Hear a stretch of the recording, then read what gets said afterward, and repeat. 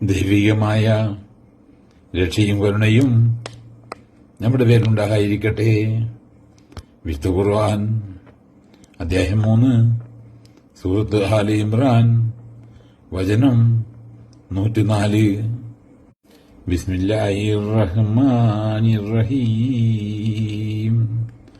വൽതകുൻ മിൻകും ഉമ്മത്തും യദ്ഊന ഇലൽ ഖൈരി വയഅ്മുറൂന ബിൽ മഅ്റൂഫി വയൻഹൗന അനിൽ മുൻകർ.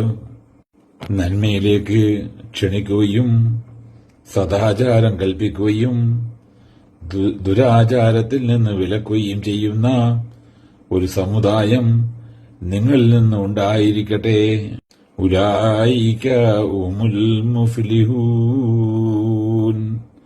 അവരത്രേ വിജയികൾ.